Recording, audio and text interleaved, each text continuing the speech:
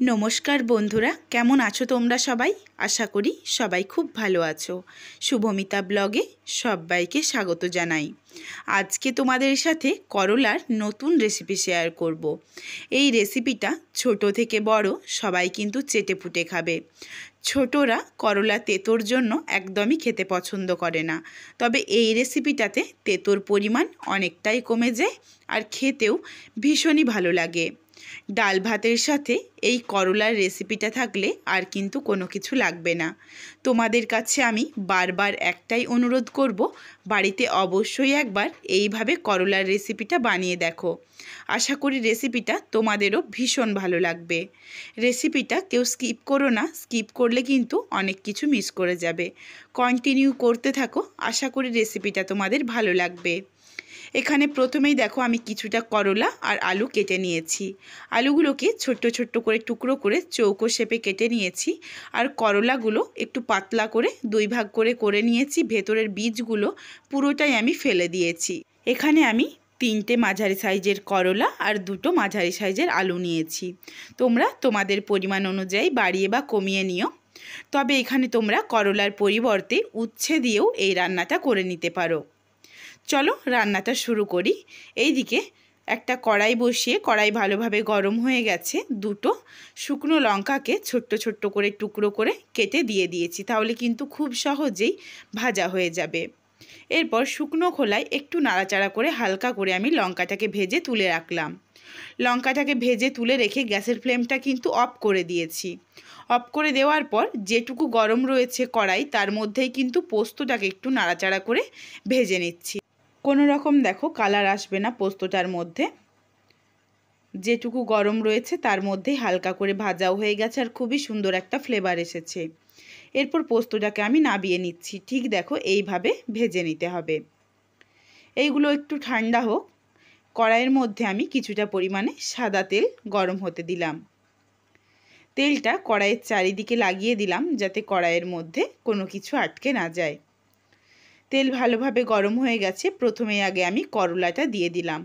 করলাটা দিয়ে 1 থেকে 1.5 মিনিট মতো একটু নাড়াচাড়া করে নেব হাই ফ্লেমে। এখানে কিন্তু লবণ দেওয়ার এখন দরকার নেই, শুধুমাত্র করলাটাকে একটু নেড়ে নিচ্ছি তেলের সাথে। তেলও কিন্তু অল্পই ব্যবহার করেছি, খুব বেশি তেলেরও ব্যবহার করলাম না। করলাটা প্রায় 1 থেকে 1.5 মিনিট মতো একটু নাড়াচাড়া করে নিয়েছি। এরপর এর সাথে দিয়ে দিচ্ছি কেটে রাখা আলু। আলু দেওয়ার পর এখানে আমি স্বাদ অনুযায়ী লবণটা এরপর অ্যাড করে দেব, আর কিন্তু লবণের ব্যবহার করব না। লবণটা দিয়ে দিয়েছি, দিয়ে একটু নাড়াচাড়া করে মিশিয়ে এখানে সামান্য একটু হলুদের গুঁড়োও দিয়ে দেব। হলুদের গুঁড়ো দেওয়ার পর আবারও একটু মিশিয়ে নিয়েছি। এরপর ঢাকা চাপা দিয়ে করলা আর আলুটাকে একটু ভাজাও করব, আর যেন সেদ্ধ হয়ে যায় সেইভাবে একটু মিডিয়াম টু লো ফ্লেমে রেখে দেব, তাহলে কিন্তু সেদ্ধ হয়ে যাবে। এখানে ঢাকনা দিয়ে ঢেকে রেখে দিয়েছিলাম। মাঝে আমি 1 থেকে 2 বার ঢাকনা খুলে নাড়াচাড়া করে নিয়েছি।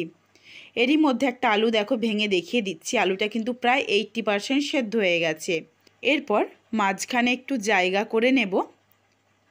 এখানে কিন্তু আমি কয়েক কোয়া কুচনো রসুন দিয়ে রসুনটাকে একটু নাড়াচাড়া করে ভেজে নেব।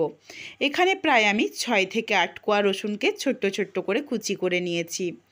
রসুনটা একটু নাড়াচাড়া করেই এখানে বড় সাইজের একটা পেঁয়াজকে কুচি করে নিয়েছিলাম। এরপর পেঁয়াজ কুচিটাও এর সাথে দিয়ে দেব।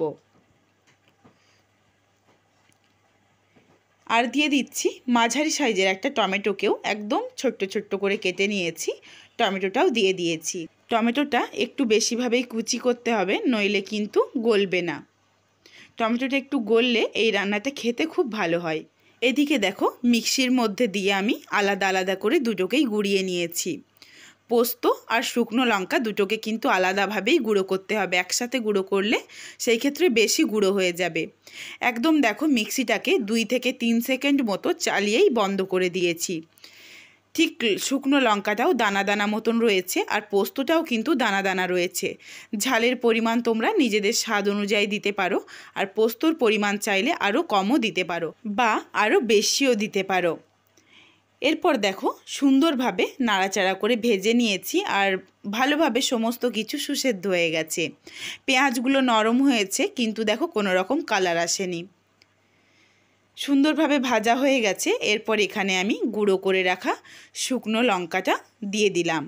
যাদের বাড়ির ছোট বাচ্চারা একদমই ঝাল খেতে পছন্দ করে না, তারা কিন্তু বাচ্চাদের জন্য অল্প একটু তুলে রেখে তারপর নিজেদের জন্য শুকনো লঙ্কার গুঁড়োটা ব্যবহার করো। দেখো, বাচ্চারাও কিন্তু এই রেসিপিটা খেয়ে নেবে, ভীষণই ভালো হয় খেতে। লঙ্কাটা দেওয়ার জন্য খুবই সুন্দর একটা ফ্লেভার এসেছে, আর দেখতেও দেখো কতটা লোভনীয় হয়েছে। এরপর নাবিয়ে নেব। নাবিয়ে নেওয়ার আগে দিয়ে দিলাম গুঁড়ো করে রাখা পোস্ত। পোস্তটা দেওয়ার পর গ্যাসের ফ্লেমটা অফ করে দেব। এরপর নাড়াচাড়া করে মিশিয়েই নাবিয়ে নিচ্ছি। গ্যাসের ফ্লেমটা আমি অফ করে দিয়েছি। মিশিয়ে নিয়েছি, দেখো রেডি হয়ে গেছে। এরপর প্লেটে সার্ভ করছি। পোস্ত দিয়ে এইভাবে আলু করলার ভাজার রেসিপিটা তোমাদের কেমন লাগলো আমাকে কমেন্ট করে জানাতে ভুলো না কিন্তু। আর রেসিপিটা অবশ্যই একবার বাড়িতে বানিয়ে সেটাও আমায় জানিও তোমাদের কেমন লাগলো এই রেসিপিটা যদি তোমাদের ভালো লাগে তাহলে একটা লাইক করো। তোমাদের একটা লাইক আরও অনেক নিত্য নতুন রেসিপি বানানোর জন্য আমাকে উৎসাহ দেয়। এই রকম নিত্য নতুন রেসিপি আরও পেতে চাইলে তাহলে আমার চ্যানেলটিকে সাবস্ক্রাইব করো আর শেয়ার করে বন্ধুদের দেখার সুযোগ করে দিও। সাবস্ক্রাইব করে পাশে থাকা বেলটি অন করে দিও, যাতে আমার প্রত্যেকটা রেসিপির নোটিফিকেশান সবার প্রথমে তোমাদের কাছে পৌঁছে যায়। আজকে আসি, আবার দেখা হচ্ছে নতুন কোনো এক রেসিপির সাথে। পরবর্তী রেসিপি দেখার আমন্ত্রণ রইল। পুরো ভিডিওটা দেখার জন্য অনেক অনেক ধন্যবাদ। সবাই ভালো থেকো।